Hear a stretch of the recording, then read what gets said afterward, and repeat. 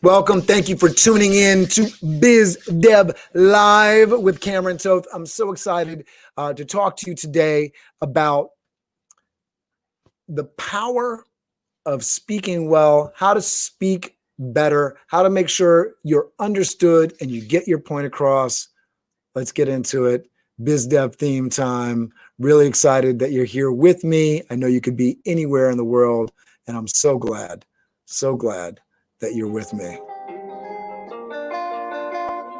Biz Dev Live, weekdays at 11 Eastern Time. Biz Dev Live, weekdays at 11 Eastern Time. Biz D with C, brought to you by Cameron T. Biz D with C, brought to you by Cameron T. This is business development, not even selling it. This is intelligent. If you watch it, I promise you benefit. Leadership and motivation, empathy and inspiration. Leadership and motivation, empathy and inspiration. Biz Dev Live, weekdays at 11 Eastern Time. Biz Dev Live, weekdays at 11 Eastern Time. Biz D with C, brought to you by Cameron T. Biz D with C, brought to you by Cameron T.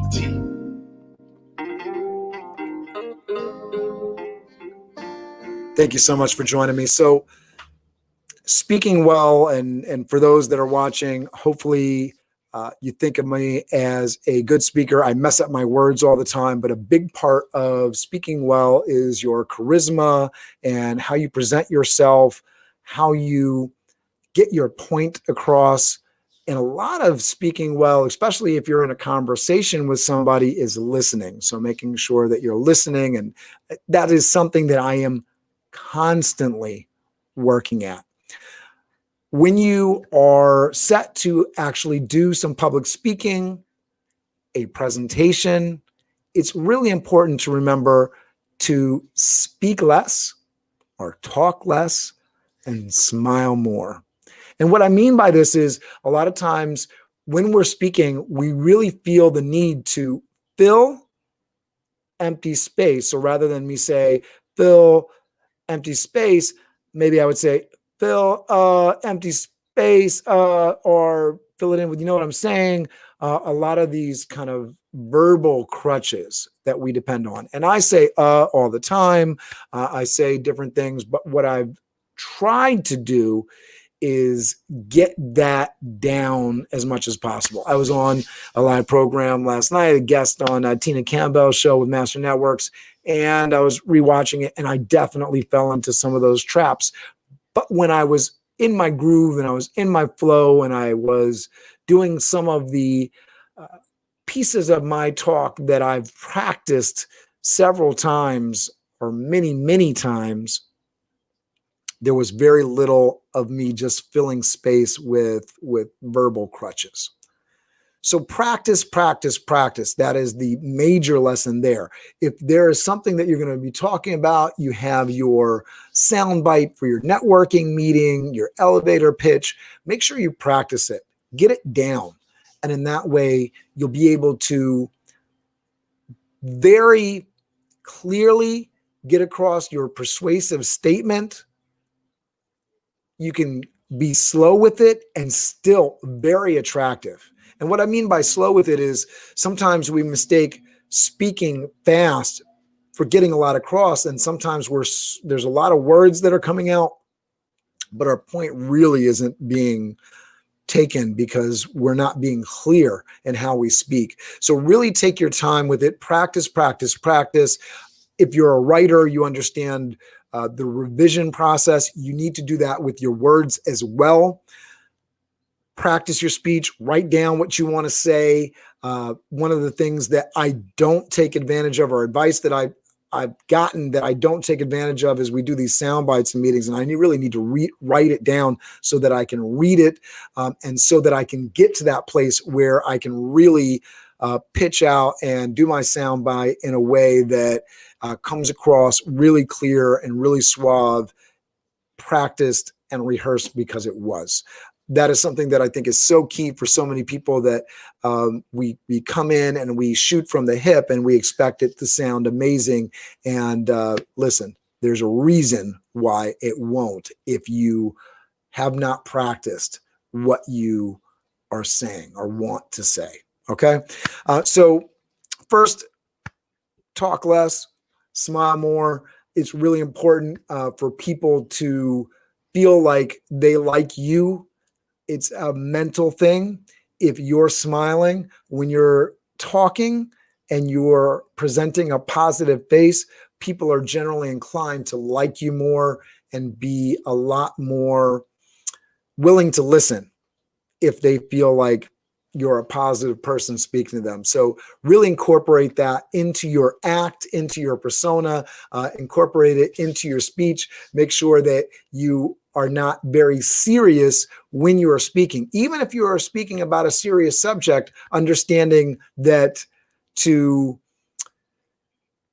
be frowny or to be in a place where, not to say that you can't use certain tools, especially if you're, doing something that's incredibly persuasive. What comes to mind is Greta Thunberg. Hopefully I'm not murdering her name, from her UN speech on global warming and the politics that need to change in order for the world to come together and combat climate change. She was very forceful and had a very stern face, but you could also tell that it was something that she practiced and rehearsed. So make sure that, when you are set to speak and you are making sure that you are getting ready to drive a point home, that your body language, your face doesn't offset the message that you're trying to send. And also, to that point, your props and your background. Right now everybody's on Zoom and we're meeting that way. So what is your background saying about you? What does your attire say about you? Now, I like getting dressed up. I put on my suit, my tie, sometimes even wearing a jacket. That is my armor as I go out into the world. It's what I put on that makes me feel comfortable. Are you trying to sell something? Does your look enhance and sell that product? I'm not advocating that everybody go out and put on a suit. If you did that, how would I be different? Don't do that. Be you, be unique. That is awesome. But maybe I have a branded shirt. Maybe there is something, a color that I can wear that will be a better fit. For this program, I don't wear checkered clothing or things with a lot of design to it, because on video, it just doesn't pick up the right way. So that's something that I think you really want to look at when you're doing video. Are you using props? I did a soundbite talk and I used plates to show my hospitality skills. And it's something that people remember all the time. So you can use props in what you're doing. I really suggest it. It'll really stand out. Again, it needs to be rehearsed. It needs to be a performance that's going to work well. You don't want to use props and then it goes bad. We've all been in these situations where people are trying to use tech and the tech fails. It doesn't come off as something that you would want to recommend forward. So make sure you rehearse, you know what you're doing, you know that it's going to come off well. You have your backups to the backups, all that good stuff. But these are things that will make you seem more awesome when you speak. So talk less, smile more, right? Practice, practice, practice. And finally, mind your settings, right? Mind your background. What are you using for props? How are you having that help sell your message? I hope this was helpful. I hope it improves the way people perceive you in the world, and more importantly, the way that you perceive yourself, because you're awesome and you can speak well. I guarantee you. There are so many folks dealing with so many challenges out here, and so many people look at something like the King's Speech, people dealing with really, really, really challenging issues, whether you're somebody that is dealing with a disability or somebody that isn't. I guarantee you there's a way for you to speak better and make sure that you are heard. Again, hopeful that this was helpful. I will see you again on Monday. Looking forward to it.